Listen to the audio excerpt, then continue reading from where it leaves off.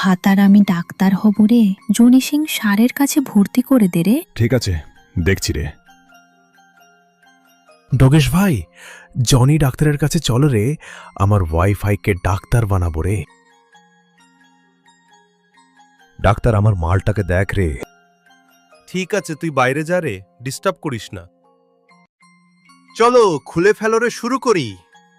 একটু আস্তে রে, ব্যথা যেন না লাগে রে। ডগেশ, আমার ওয়াইফাই এবার ডাক্তার হবে রে। ঠিক আছে, কিন্তু ভিতরে কিসের শব্দ হচ্ছে রে? ডাক্তার হওয়ার জন্য ওয়াইফাই খুব কষ্ট করছে রে।